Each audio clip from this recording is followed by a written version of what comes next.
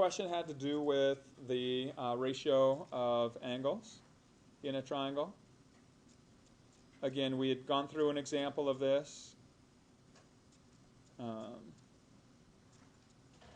So it should be similar to what you saw. But if I told you that the ratio of angles A, B, and C is 10 to 3 to 7, and the diameter of the circle involved is 21 centimeters, and I asked you to find the area of triangle ABC again. Once again, if you were to kind of sketch what you have here, the idea of this, when you look at these ratio of angles, if one angle is exactly half of the whole thing, or is equal to the other two angle ratios, then you know you have a right triangle.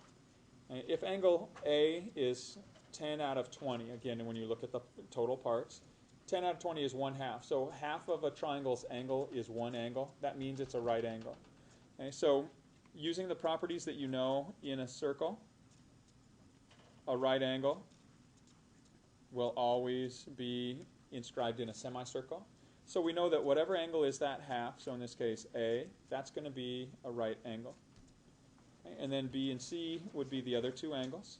And you can identify them by just looking at how it relates to the whole. So if the total number of parts is 20 for each of these, you can see that each one is that particular fraction of the whole. So angle B is going to be 3/20 of 180. Well, 20 goes into 189 times. 9 times 3 gives you 27. 9 times 7 gives you 63. So you can find your other angle measures using that method. Right? The what? Why? Because the number of parts is 10 plus 3 plus 7. So if this had been like 3, 6, and or 2, 6, and 4, then the 6 would be the 90-degree angle. And you just add up the parts. 6 out of 12, 2 out of 12. The what?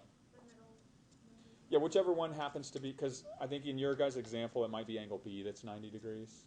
It's probably something different than what I have. But whatever angle is half of the total will be this middle angle. Yeah. Because it's going to inscribe the semicircle or intercept the semicircle.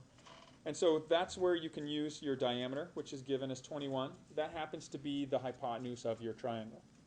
So now when you solve for your area, which is still the formula 1/2 base times height, your base is going to be one of the legs. Your height's going to be the other leg.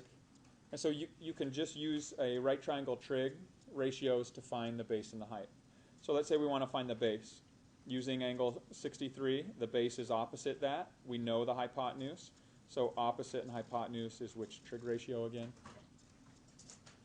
Sine.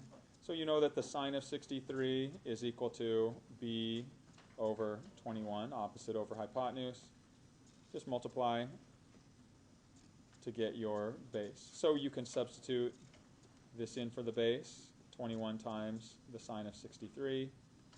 And then to get the height, you can kind of do the same thing. You can leave it as the same angle, 63. We have an adjacent side and hypotenuse. Adjacent and hypotenuse is the cosine ratio. So you could say that the cosine of 63 is equal to h over 21. Multiply both sides by 21 to isolate your h. And so you can substitute that in for your height, and you can solve from there. Now, you could have, since you have all the angle measures, we could have also found our base by using 27. Okay. In addition to this, we could have said the 20 angle, adjacent, hypotenuse. We could have said that adjacent hypotenuse was cosine. So the cosine of 27 is equal to the base b over 21. So we could have used this as our b value.